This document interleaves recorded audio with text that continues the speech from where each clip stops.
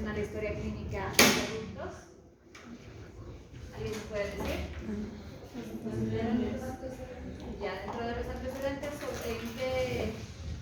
¿en qué partes dividiríamos a la historia clínica pediátrica? ¿Se acuerdan? Ya, dentro de los perinatológicos, ¿qué era lo más importante? Ya, ¿qué más? Ya, luego ¿qué venía? Y ahí queda bien importante. ¿Por qué? Puede ser artificial, Ya. ¿Y cuál es la ventaja entre una y otra? ¿Se acuerdan? La exclusiva va a propiciar una inmunidad nata de la madre hacia el producto y en cambio la mixta no le va a aportar los nutrientes necesarios para la inmunidad. Ya. Luego, ¿qué más teníamos? Habían hablado de esto, ¿verdad? Alimentarios, los perinatológicos.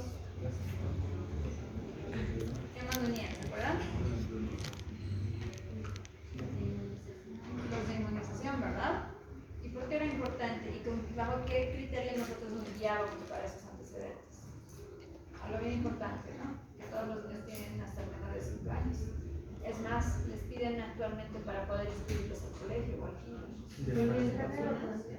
El cuaderno de vacunación, ¿verdad? ¿Y qué más venía? ¿Se acuerdan?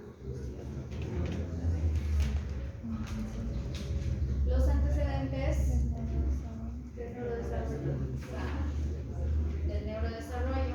Ahí nosotros íbamos a ver los hitos del neurodesarrollo, ¿se acuerdan?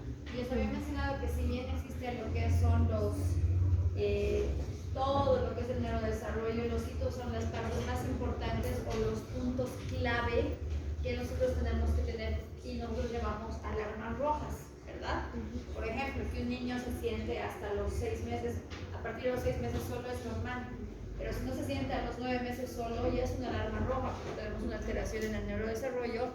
Si el niño no camina hasta los 18 meses, hasta máximo, hasta los 2 años, ya es una alarma roja, ¿verdad?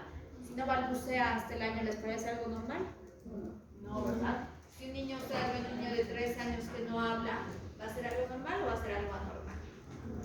Entonces, eso se define también en pediatría como nuestras banderas rojas, por si acaso, ¿sí? Porque con esto podemos ver muchas alteraciones.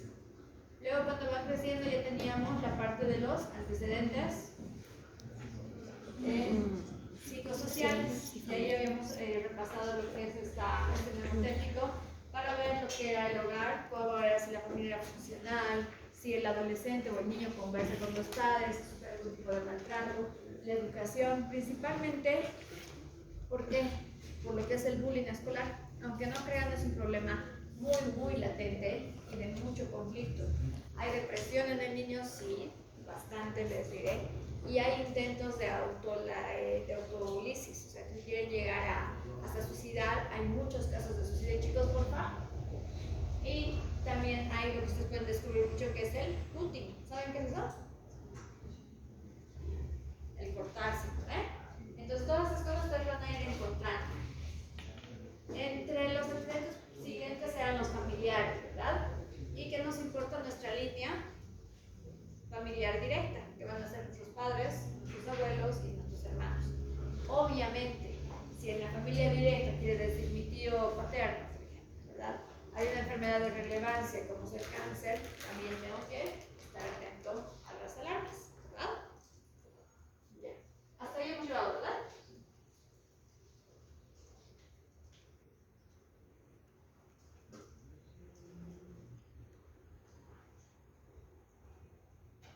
Y luego ya venían nuestros antecedentes de tipo personales.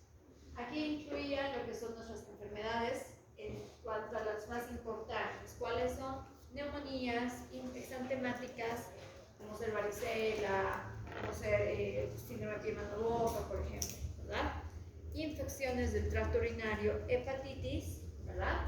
Luego en estas incluimos las hospitalizaciones. Es muy diferente que mi guagua se interne por hiperbilirubinemia al nacimiento que se interne por sepsis, ¿se dan cuenta? O que mi niño ya tenga 3 neumonías a repetición en los últimos 2 años, y es una neumonía recurrente que tengo que ir a indagar.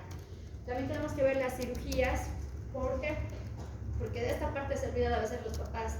¿Qué tal si mi guagua tenía, no sé, ano mejorado, ¿verdad? ¿Cuántas fases están en las cirugías? ¿En qué tiempo quirúrgico está? ¿Qué tal tiene una fisura alveolo-palatina o labio leporino? ¿Verdad? Porque conocemos como labio leporino mal dicho. Entonces, ¿en qué fase de quirúrgica ya está? Todo eso es bien importante. Los traumatismos y fracturas. ¿Se ha caído alguna vez tan fuerte que ha perdido el conocimiento? Haber tenido una conmoción cerebral, haber tenido algún microsangrado a nivel cerebral que me pueda condicionar. Acuérdense que es un cerebrito en desarrollo, ¿sí? Me va a condicionar alguna complicación a largo, a corto, a mediano plazo. Las alergias, que generalmente, primero, si son alimentarias, si son medicamentosas o si son ambientales, ¿ya? Hay algo muy latente en los niños que son las rinitis alérgicas, las dermatitis atópicas, ¿verdad? El hecho que un niño se escalde constantemente, tienen que ustedes agarrar y decir, momento, ¿no será una atopía? ¿No será que estoy tratando solo una dermatitis cuando en realidad el niño es atópico? Y si es atópico, de aquí a los 2-3 años va a estar con resfríos a repetición, pero puede que no sean resfríos, no será rinitis, ¿verdad? Luego va a tener sus ojeras, no va a tener trastornos del sueño y demás.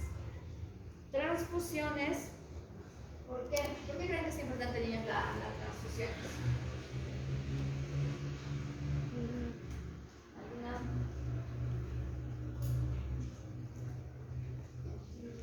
¿O es normal una transfusión? No, ¿verdad? Algo que hay que tomar bien en cuenta es que en el niño hay etapas de anemia en teoría fisiológica. Hasta los 6 meses hay la anemia fisiológica del lactante, ¿verdad? Pero si esta no es necesaria transfusiones ni nada, pero si esta se mantiene con el tiempo o se vuelve más baja, va a tener trastornos de la oxigenación. Ustedes saben que quienes llevan el oxígeno transportado a la sangre son los eritrocitos, ¿verdad?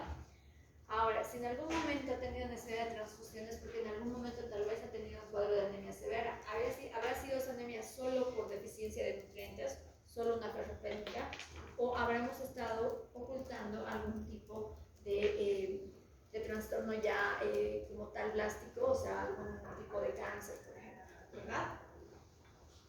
Luego viene lo que son la medicación. ¿Está con algún tipo de medicación? Aunque sean vitaminas, zinc, entre otros, ¿ya? Una vez que ya tenemos todos los antecedentes, tenemos que ir a ver, obviamente hicimos nuestro motivo de consulta, nuestra enfermedad actual que no difiere del adulto, que quiere decir que va a ser ordenada, va a ser secuencial y va a ser lo más detallada posible, ¿verdad?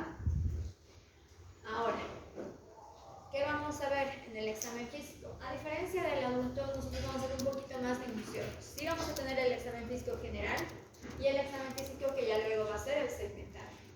En el examen físico general primero vemos lo que es a simple vista. Cuando el paciente te ingresa al consultorio vas a tener la primera evaluación y eso se llama el triángulo de evaluación pediátrica, ¿sí?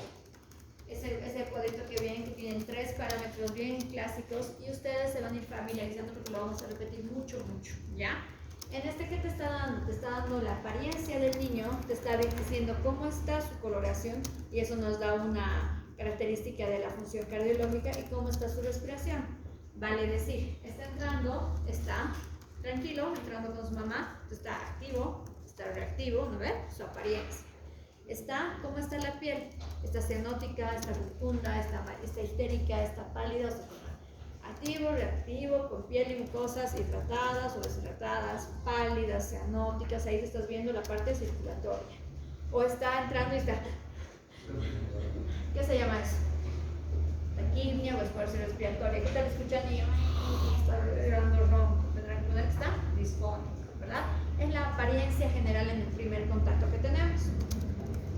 Luego de ver la apariencia general, tenemos que ver los signos vitales del niño y aquí vamos a ir a indagar un poquito más. En cuanto a lo que son los signos vitales, ustedes ya saben que son los 4 básicos, pero actualmente ya se toma la saturación como el 5.º signo vital.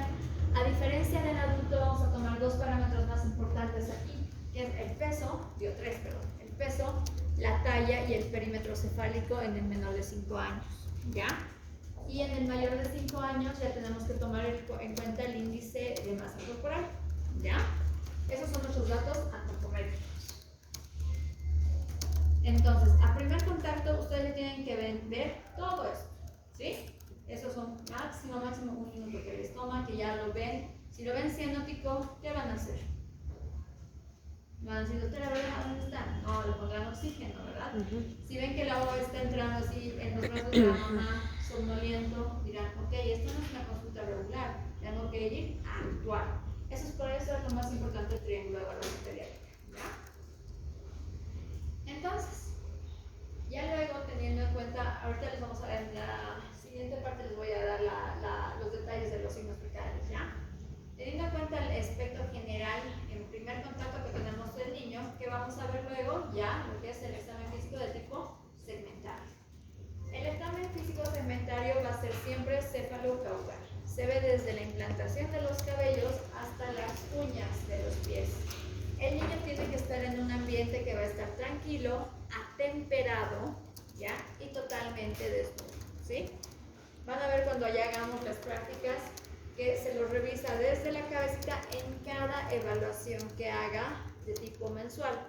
Vale decir, ¿qué tal? Ya mi guagua, estoy pensando que tiene, no sé, que lo ha hecho seguimiento desde el nacimiento. Ya tiene 9 meses y sigue su fontanela abierta. No, ¿verdad? Ya sería algo anormal. Tendríamos que ver qué es lo que está sucediendo, ¿verdad? ¿Qué tal? Aparentemente al nacimiento del varoncito palparon testículos, pero ya para lo que es los 5 meses, notan que hay ausencia de testículos. Ustedes saben que tiene que ser operado lo más frecuentemente posible, ¿verdad? Entonces, por eso la evaluación siempre va a ser bien secuencial, ¿ya? Sistemática, ordenada, céfalo-caudal y el paciente en decúbito dorsal o en brazos de la mamá, pero siempre en ambiente temperado, ¿sí? A diferencia del adulto, el niño está siendo, o sea, no va a entender por qué está yendo a hacer un control regular. ¿Se dan cuenta? Yo les puedo decir a ustedes, ok, te voy a revisar tus ojos y tú me vas a decir, ok, no pasa nada.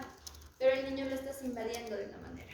Entonces tienen que ustedes tener la paciencia y el cuidado que sea necesario para que esto no se vuelva algo traumático, ¿sí?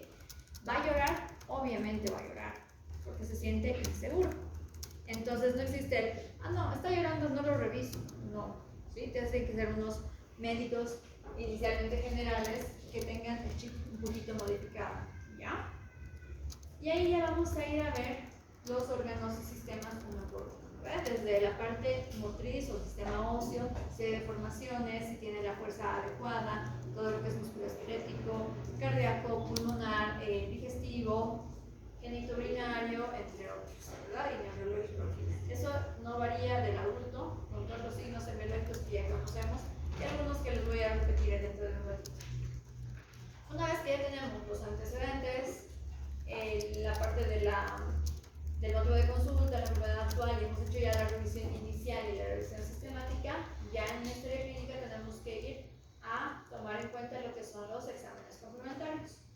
Aquí algo que vamos a repetir, y lo voy repitiendo mucho, es que en el niño solo se realizan los que son realmente necesarios, ¿sí?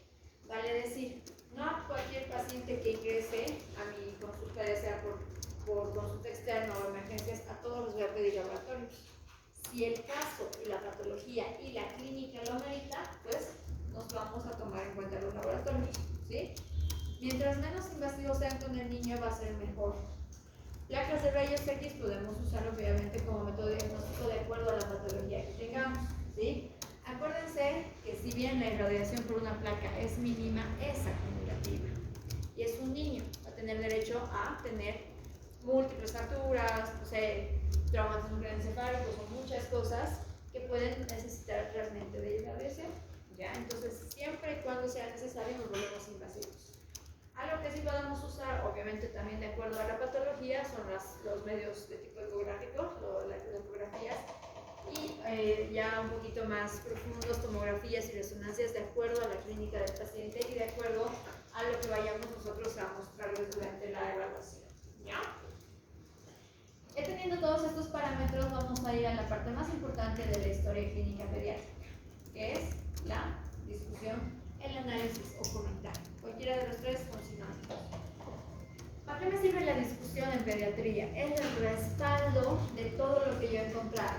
Vale decir, voy a dar un ejemplo de una neumonía, ¿verdad? Paciente que es lactante menor, porque ya lo puedo clasificar por su edad, de sexo masculino que ingresa por la consulta externa con cuadro de vía aérea inferior, ¿verdad? Compatible con una neumonía de tipo viral por clínica, laboratorio si quieren, o examen físico, ¿ya? Ahí ustedes que tienen que decir cuáles, por qué justificar sus diagnósticos, por presentar tiraje, estertores bronquiales, cosas así, ¿verdad? Se solicita estudios de laboratorio con un leucograma en parámetros normales a predominio linfocitario y respaldando lo que yo estoy diciendo, ¿verdad? Y ahí voy a decir, dadas las circunstancias, pues mi plan, ¿verdad? Es ingresa para oxigenoterapia, soporte parenteral y demás. O sea, todo lo que yo he llegado a concluir, te estoy manifestando en por qué lo voy, qué voy a hacer, el porqué de lo que voy a actuar a partir de ahora, ¿sí? Y ahí va mi impresión diagnóstica. ¿Por qué es impresión diagnóstica en una historia clínica inicialmente? Porque hasta que ustedes no tengan la prueba complementaria gol estándar, siempre va a ser la impresión, ¿verdad? En primer contacto no voy a tener, qué sé yo, su wifi viral para decirles, es un virus respiratorio, ¿verdad? Les diré más o menos, es una neumonía de probable etiología viral.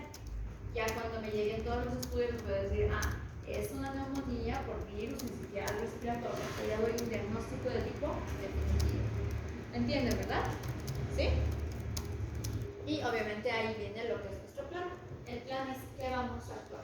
Yo en este momento me está llegando un paciente que está cianótico, ¿qué tengo que hacer? Le pondré oxígeno, le voy a dar soporte. Si está cianótico, con dificultad respiratoria, le pondré, qué sé yo, en ayuno, le pondré producciones parenterales. Estoy viendo que tiene una infección urinaria de tipo bacteriana, ¿qué le van a poner? Antibiótico, ¿verdad? Está entrando con una diarrea, ¿qué le van a hacer? Le van a dar soporte. Entonces, ese es el plan, esa es la idea de una historia clínica pediátrica. ¿Se entiende? ¿Sí? ¿Facilita? Un poquito larga, es cierto, pero tiene que ser bien respaldada. Yo les aconsejo a niños que hagan así, que aprendan a hacerla bien secuencial. No solo les va a servir para pediatría, sino para nuestros hermanitos que hacen casi igual que es medicina interna, ¿sí? Nos agarran y siempre nos dicen, a ustedes les encanta escribir a los pediatras y a los médicos internistas, y es cierto. No porque queremos, simplemente porque tenemos que ir a indagar hasta el punto de, ¿ya? Entonces no tienen que llegar y decir, no es una historia clínica y es superficial. Acuérdense que esta historia clínica va a ser su documento de respaldo simple, ¿ya? Entonces, si es una historia clínica que es incompleta, ¿con qué se van a defender si tienen algún problema médico real? Nada, ¿verdad? Entonces aprendan a hacer secuencialmente. Me imagino que ya todos han hecho la tarea y han podido hacer el repaso de cómo se hace una historia clínica, ¿verdad? ¿Sí? ¿Han hecho la parte de los antecedentes por lo menos? Sí. Sí, ¿verdad? Entonces, tal cual lo han hecho, van a ir repasando y repasando y repasando.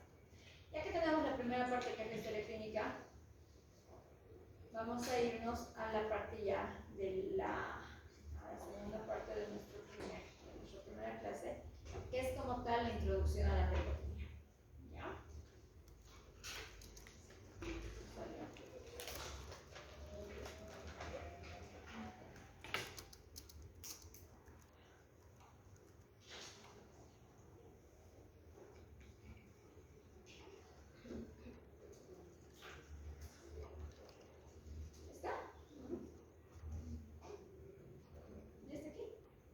Sí.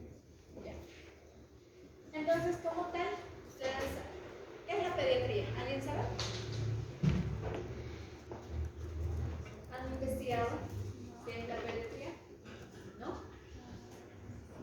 Bueno, como tal, ustedes saben que la medicina es una ciencia que va a estudiar en general el bienestar o la salud primero para decirles es el bienestar físico, mental, social, ambiental y todo, ¿verdad? La medicina como tal es la ciencia que va a llegar a estudiar a nuestra salud y la enfermedad como tal. Y la pediatría es esa ciencia que va a llegar a estudiar las enfermedades, trastornos de distintos órganos, sistemas a nivel de lo que son los niños. Entonces, como tal, la pediatría es el concepto general de lo que es pediatría.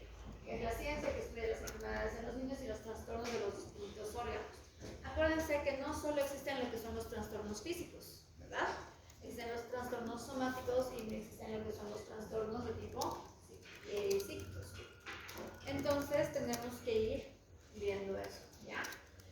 pediatría a su vez se va a dividir para su facilidad de estudio en distintas partes, ¿ya? En lo que se llama la pediatría social, la pediatría preventiva, la rehabilitadora y la del desarrollo, ¿sí? Obviamente nosotros como pediatras abarcamos todo ese ámbito, pero vamos a tener las subdivisiones. ¿A qué se refieren esto? La pediatría social como tal es aquella ciencia que va a llegar a ver al niño en su relación con la comunidad, o sea, con su entorno, el cómo está, cómo habla, el cómo se relaciona en un ámbito que ya está previamente establecido, ¿verdad? Entonces, ¿a qué se refiere esto? La pediatría social va a llegar a conocer al niño tanto enfermo como sano. Es lo que nos diferencia a nosotros. Nosotros no vemos pacientes solo enfermos, más bien al contrario, nuestro grosso de atención son los pacientes sanos con el fin de prevenir enfermedades, ¿verdad?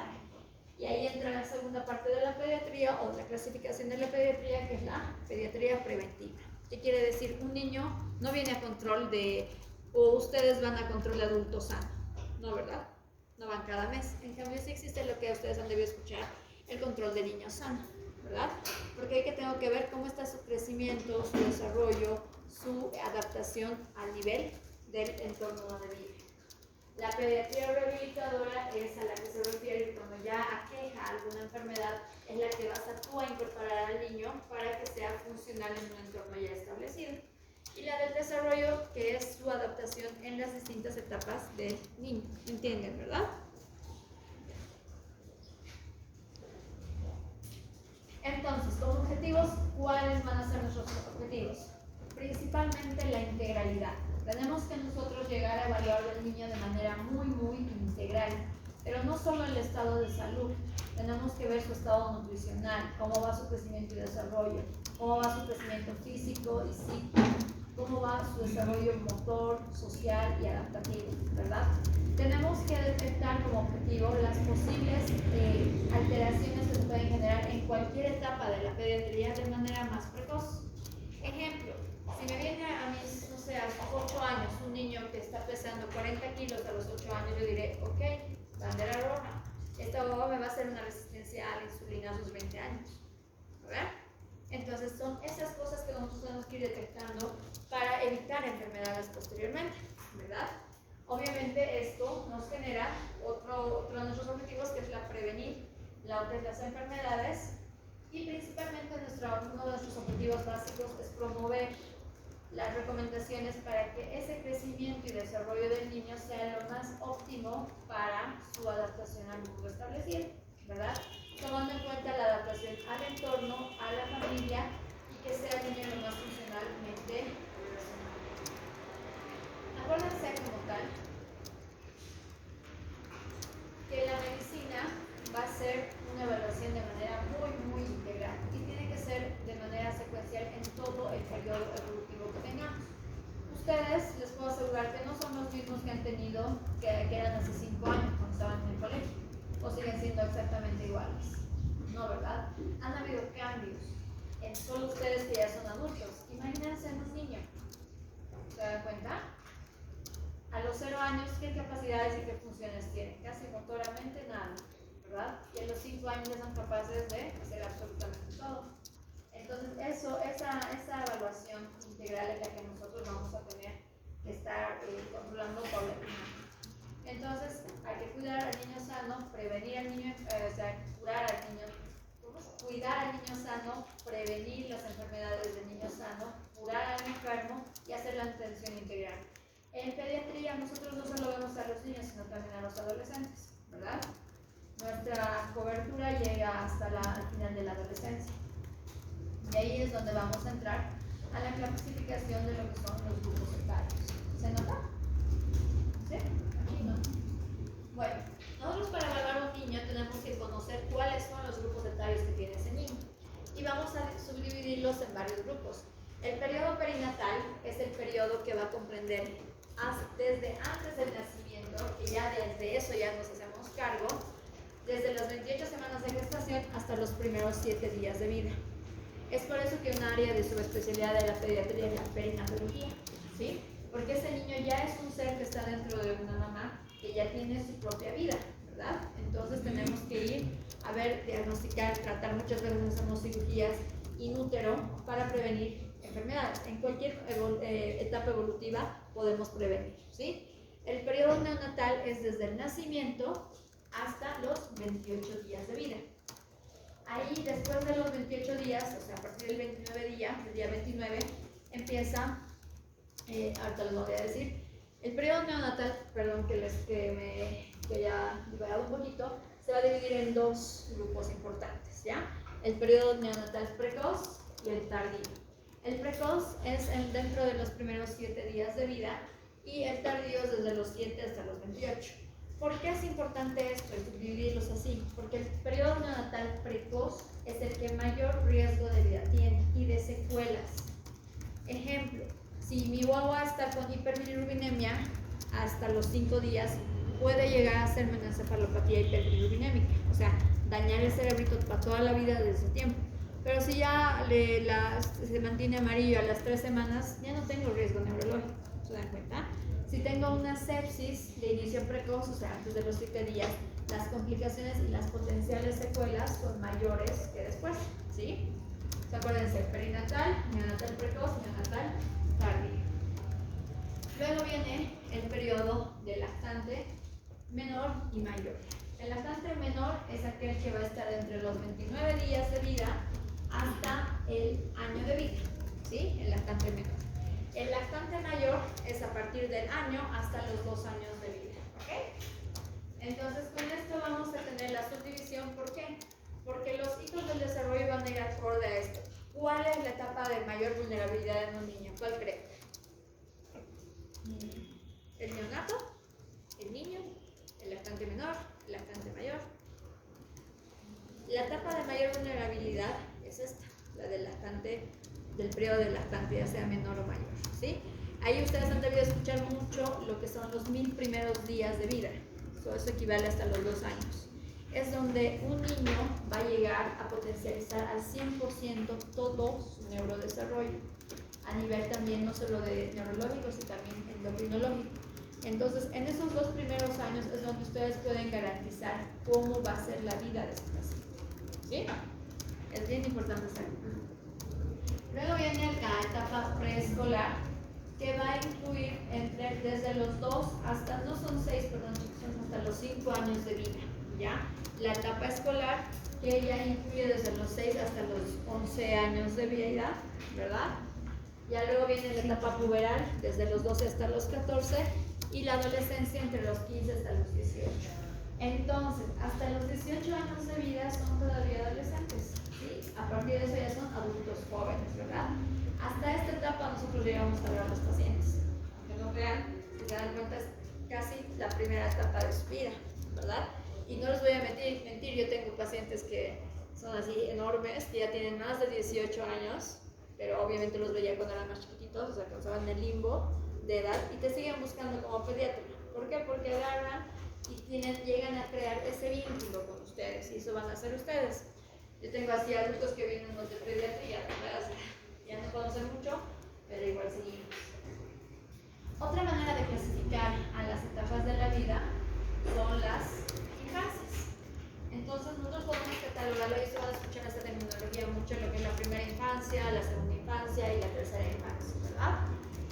La primera infancia abarca hasta los 2 años y medio, la segunda infancia hasta los 6 años y la tercera infancia hasta la etapa prepuberal. ¿Por qué les explico esto? Porque en muchos libros que lean ustedes van a leer y van a decir, es patología de la primera infancia. Por ende, ustedes saben que es para hasta la etapa preescolar más o menos, para el inicio de la preescolar. Si les dicen segunda infancia, les dirán, es hasta la conclusión de la etapa preescolar. O sea, ya tienen más o menos la idea de las edades que vamos a tener.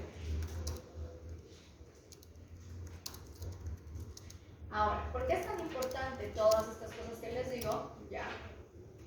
Porque la pediatría como tal va a llegar a ver características propias de ese nuevo ser o de ese niño que tiene. ¿Cuál es una característica propia? El crecimiento, ¿sí? Va a llegar a ver cómo es el crecimiento. Acuérdense, el crecimiento es aumento de la masa, ¿verdad? A nivel, y cómo está su relación a nivel nivel social, cómo está su relación a nivel psíquico, cómo está su crecimiento a nivel físico también, ¿sí? Está creciendo acorde a las tablas establecidas, está pasando, se está quedando con talla baja, ¿qué puedo hacer al respecto? Su evolución morfológica, eso quiere decir las características que va a ir adquiriendo en las distintas etapas de la vida, ¿verdad? Y acuérdense, ustedes que son adultos no son iguales físicamente a un niño, ¿verdad? Esas características van a ir adaptándose de manera secuencial. Hay algo bien importante en pediatría, que los niños tienen todavía lo que se llama la inmadurez orgánica. Todavía sus órganos en general no están del todo maduros. Entonces, muchas patologías que a ustedes y a nosotros ya adultos no nos va a afectar, sí nos va a afectar en la etapa pediátrica, ¿sí? Y pueden ser mucho más letales en aquella época en relación a los adultos. Aquí vamos a tomar en cuenta que a nosotros sí nos importa mucho lo que es la nutrición y el metabolismo que tengamos, porque eso va a definir cómo va a ser su relación de crecimiento y desarrollo básicamente, ¿ya? Y cómo va a ir manejándolo en la secuencia evolutiva de la vida. La inmunidad. ¿Por qué es inmunidad importante acá? Porque ustedes acuérdense que un niño va a estar hiperexpuesto. Más o menos la exposición de un niño promedio, es a 150 virus día, ¿verdad? Entonces se dan cuenta que el sistema inmunológico del niño es realmente fuerte versus nosotros. Obviamente nosotros ya tenemos la inmunidad de recuerdo. A esos 150 virus en promedio nos hemos expuesto cuando éramos pequeños y ahorita no nos afecta. Pero si en algún momento nos afecta uno de los virus de niños, ¿alguna vez han tenido una infección posterior a un niño? ¿Que les haya contagiado a un niño? ¿Qué tal? ¿Bonita? Horrible, ¿verdad? Los tumba. A nosotros nos recontra manda a la cama, en cambio a los niños están ahí saltando en la panza, ¿verdad? Entonces esa diferencia también tenemos que ver. Y algo que se llama la solidaridad funcional, ¿verdad? ¿Qué quiere decir eso? Que en el niño las enfermedades no son selectivas. ¿Qué quiere decir eso? Si es un cuadro respiratorio, se va a asociar un cuadro diarreico. Si es un cuadro enteral, se va a asociar una ictus. Muy pocas son las enfermedades que afectan netamente a un órgano del niño. Generalmente afectan a otro, pero va a llegar a manifestarse de manera florida en distintos órganos adicionales. ¿Me dejan entender con eso? ¿Todo claro hasta el momento? Entonces, ustedes ya han visto la parte ya hemos visto de lo que es la historia clínica, sabemos que la semiología en el niño, además de la anamnesis, es diferente en relación al adulto. ¿Por qué? Porque ya vamos a tener que usar un tercero. Un niño no te va a poder decir, uno que de 2 años no te va a decir, ¿sabes qué? Me está doliendo la cabeza a nivel, a nivel parietal y me late. ¿Qué va a hacer? El niño va a llorar. ¿Se dan cuenta? Entonces tenemos que usar recursos a través de un tercero y ahí es donde viene un poquito del arte de la semiología. La semiología tiene que ser especial. ¿Por qué? Porque tiene que ser lo menos traumática posible. No voy a poder estar yo haciendo, qué sé yo, un Murphy totalmente agresivo, ¿eh? Tendré que hacer un Murphy, saben qué es el signo de Murphy, ¿verdad? Para la colecistitis aguda, tendré que ser un poquito más detallado, más simple. Y hay otros signos semiológicos que vamos a ir viendo de a poco, pues especiales en el niño. La terapéutica va a ser también muy variada en relación al culto. ¿Por qué? Porque va a ser un poquito más especializada. ¿En qué sentido? De que ellos acuérdense que cualquier medicamento que demos va a ser usualmente el primer contacto. Entonces va a tener una mejor respuesta, pero también va a haber presencia de mayores eventos adversos a cualquier medicación. Entonces, ¿ustedes qué es lo que tienen que hacer ahí? Tienen que dejar de ser tan invasivos. Ahora, ejemplo, el niño que tuvo, no sé, desde que estaba en el periodo neonatal, estaba con sepsis, multitratado, antibióticos, ¿cómo creen que va a ser su resistencia bacteriana? Alta, ¿verdad? Y todo eso tenemos que ver. Y algo bien importante, que el niño todavía depende mucho de la influencia genética, tanto del padre como de la madre. Como individuos, ¿no ves? Si mi mamá es asmática y mi papá es alérgico, ¿qué voy a hacer yo? Voy a tener una dependencia genética muy fuerte. A eso se refiere, ¿sí? En este último tiempo han habido muchos cambios y son retos para nosotros como pediatras que tenemos que ir viendo de manera paulatina, ¿sí?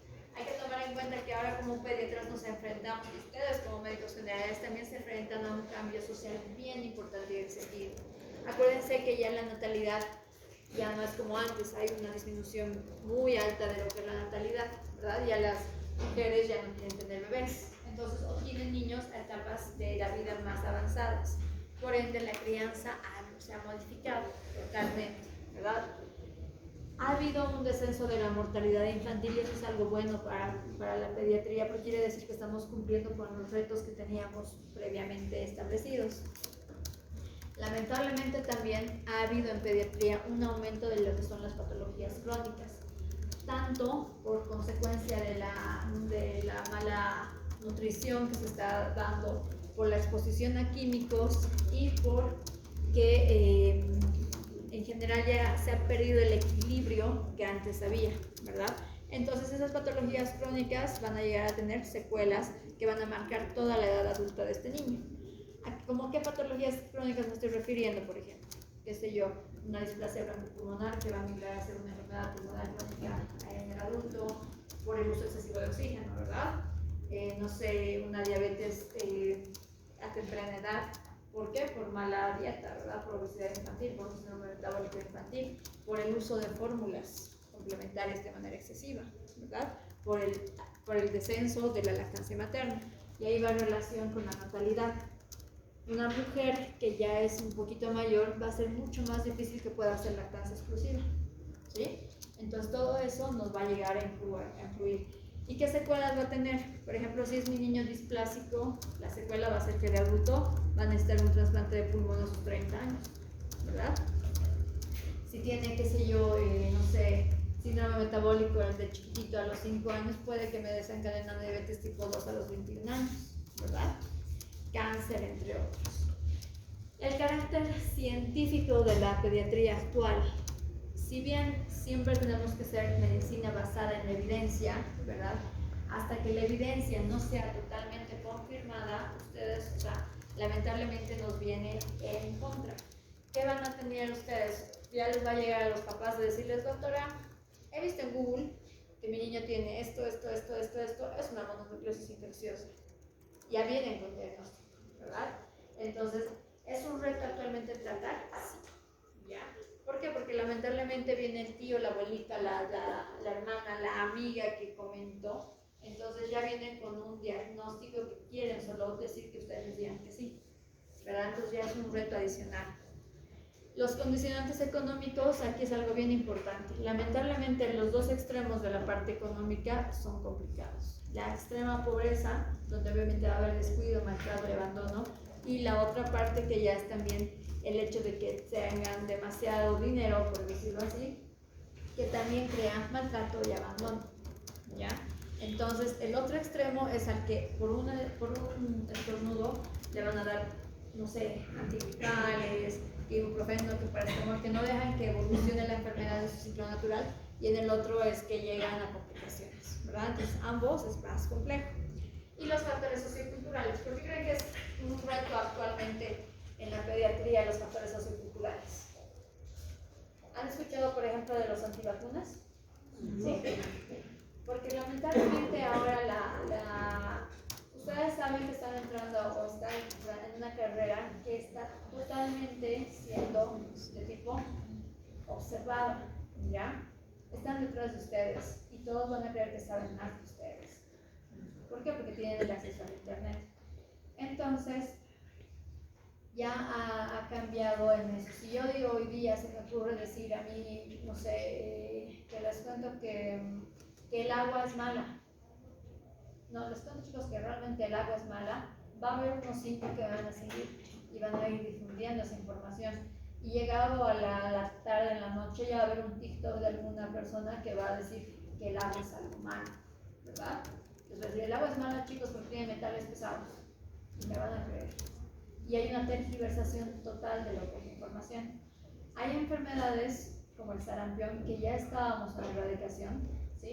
Sin embargo, por mala información que existe, ha vuelto a salir y hemos vuelto a traer brotes, ¿verdad? Con todas las complicaciones que no deberíamos tener. Entonces se van a dar cuenta que ahora mucho más importante que hasta a veces su palabra va a ser lo que vean en redes sociales, ¿verdad? Han debido, estaba de moda recién el aceite de coco, por ejemplo. Todos venían con aceite de coco por candidiasis. ¿Qué fundamento tendrán? Debe ser alguno. Pero realmente, si ustedes ven, es gente que promueve medicamentos. Si yo como industria envío algún mensaje, me lo van a creer. Entonces, ese es un reto no solo para la pediatría, pues es un reto en general para lo que es la medicina. Entonces, nosotros, a diferencia de la parte de la adultología, tenemos que tratar no solo al niño, ¿sí? Sino a quién, al papá, a la mamá, a los abuelitos, a los tíos, y ver que toda la información que ellos tengan puedan ser respaldadas en lo que nosotros decimos. Entonces tienen que aprender esa habilidad, ¿ya? De que los van a cuestionar, los van a recuestionar todo el tiempo, y tienen que ustedes tener la suficiente capacidad para poder justificar sus diagnósticos. Es por eso lo que decíamos previamente del análisis, ¿verdad? O sea, no me importa toda la historia clínica si no tienen una buena justificación del por qué lo están diagnosticando así y qué es lo que científicamente voy a hacer con el respaldo total. ¿Sí? ¿Claro hasta ahí? ¿Sí? Pero es falta todavía, ¿verdad?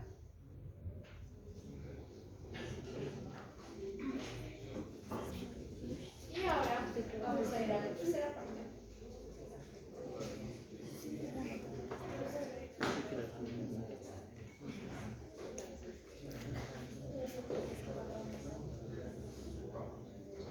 Que es la semiología pediátrica. ¿Ya?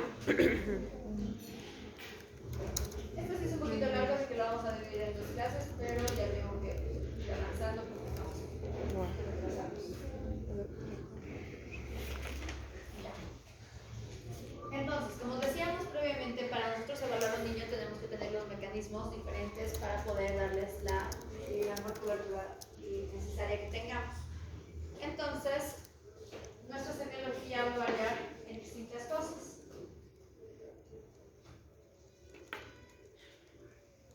¿Ya se ve? Ahora.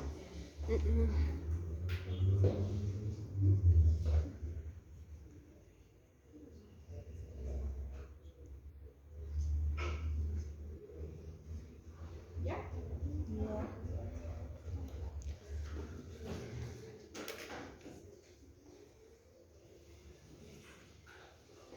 Entonces, para nosotros poder hacer una evaluación adecuada de un niño, tenemos que tener primero el lugar adecuado. Tenemos que tener los insumos que sean necesarios y adecuados para cada edad. Vale decir, el fonendoscopio que sea pediátrico, el otoscopio que tenga los conos de evaluación pediátrica, entre otros, ¿verdad? El lugar donde nosotros lleguemos a evaluar al paciente tiene que estar con normotermia, o sea, una temperatura que sea totalmente agradable para el niño. La exploración debe ser acorde a la edad, vale decir, si es un lactante menor, vamos a hacer, como les decía, la exploración de los genitales en cada evaluación que tengamos. Si es un adolescente, ya no lo vamos a hacer, ¿verdad? Ahora, si es un neonato, le voy a ver lo que es la fontanela. Si es un escolar, ya no va a tener fontanela, ¿verdad? Entonces ya no le voy a hacer esa evaluación. Tenemos que tener la actitud apropiada con el niño. Acuérdense que ustedes y yo lo estamos invadiendo. Entonces tienen que ganarse esa confianza en la consulta cuando ustedes lleguen a hacer la consulta. Los movimientos que hagamos deben ser suaves, el lenguaje corporal, que es lo más importante en la atención pediátrica, debe ser adecuado y generar armonía en el niño. No puedo yo estar toda gruñona y decir, pues sentate, desvestite. No va a ser porque no me van a dejar evaluar. ¿Ya? Tenemos que ver que en general existen síntomas que son básicos en la pediatría y también en la edad adulta que van a compartir múltiples enfermedades. ¿Cuáles son esos síntomas? La fiebre, el vómito, la tos, la diarrea y la agitación o dificultad respiratoria. En el grosso de las enfermedades, si no es casi en todas, se presentan por lo menos 4 de estas 5. ¿Ya? Una diarrea me va a venir con fiebre, con vómito, con diarrea y con agitación. Una neumonía lo propio, ¿se dan cuenta? Entonces son los síntomas más comunes que vamos a tener que ir a indagar hasta lo más que se pueda. Pero tenemos prioridades en la evaluación según cada grupo etario, ¿ya? Porque como les decía, van a ser diferentes. En lo que es el recién nacido, en la principalmente, ¿qué es lo que vamos a ver primero? O sea, nuestro objetivo principal es el crecimiento. ¿Cómo está yendo su crecimiento fotoestatural? Quiere decir lo que es el peso y la talla y el perímetro cefálico, ¿verdad? Está yendo de acuerdo a las tablas antropométricas que están ya establecidas. Se está quedando pequeño, está con talla baja, está con sobrepeso, está con obesidad, ¿verdad?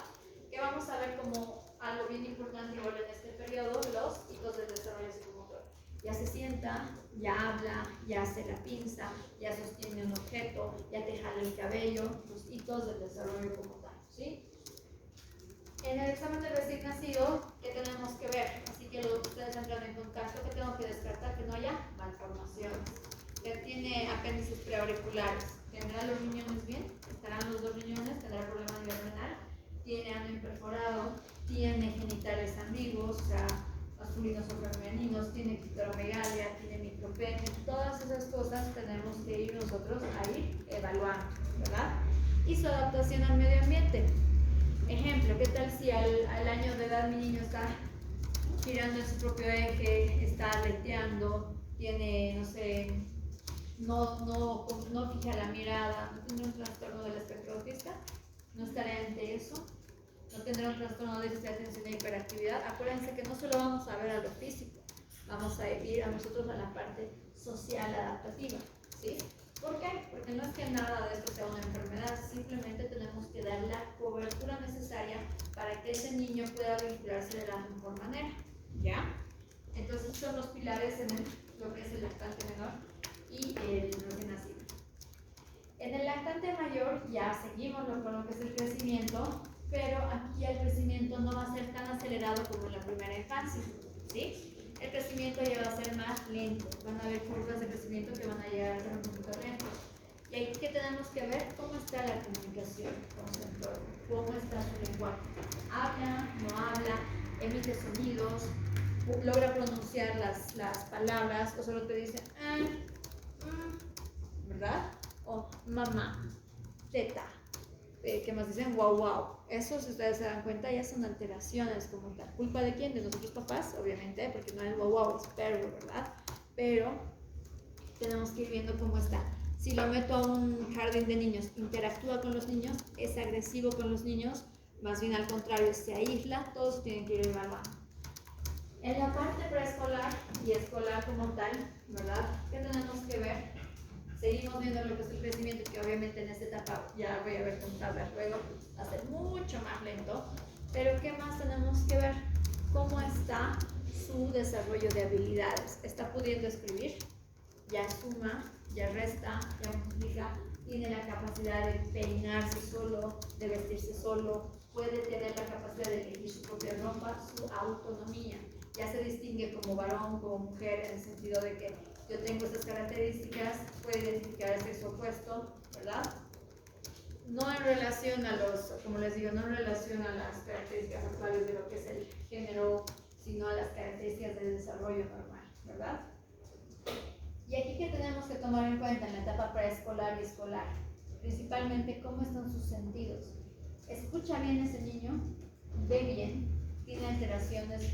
La profesora me dice, doctora, no, por ejemplo, le dice a la mamá, su niño no copia el dictado. ¿Por qué? No sé, debe tener un problema de la audición. Agarrar, verlo, ver si necesita lentes adecuadamente, cómo está haciendo sus sentidos como tal. El tacto, tiene la sensación táctil fina, tiene la sensación táctil gruesa, puede distinguir temperaturas, colores, cómo está su olfacción. Les puedo asegurar que a muy pocos de ustedes les han hecho esas evaluaciones, ¿verdad? A mí tampoco, ¿verdad? Pero es lo que actualmente debemos hacer. ¿Por qué? Porque ya nosotros ya veníamos de la tanda medio fallada, ¿verdad? Ya de grandes, así con lentes, no escuchando, que podíamos haber prevenido cuando éramos niños, ¿se dan cuenta? Entonces ustedes tienen la obligación de hacer eso, de empezar a evitar las complicaciones que actualmente nosotros tenemos.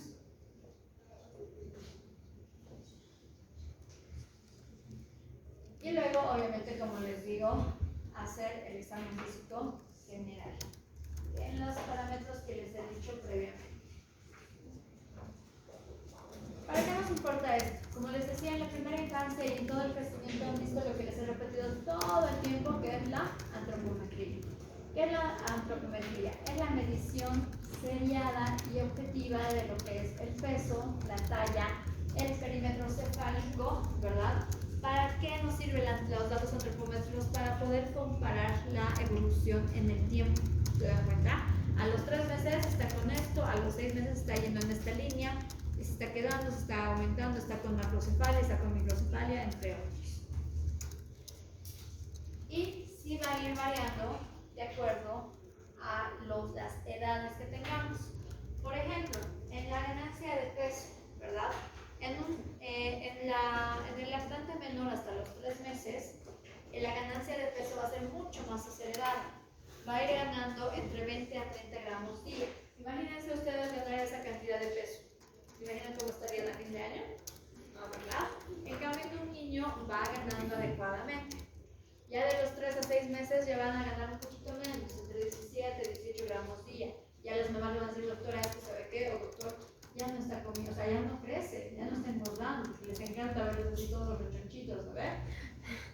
Ya. Luego, entre los 9 meses ya ganan menos, entre 12 a 13 gramos día. ¿Por qué es bien importante esto? Porque ustedes van a ver cuando ya hagamos las prácticas.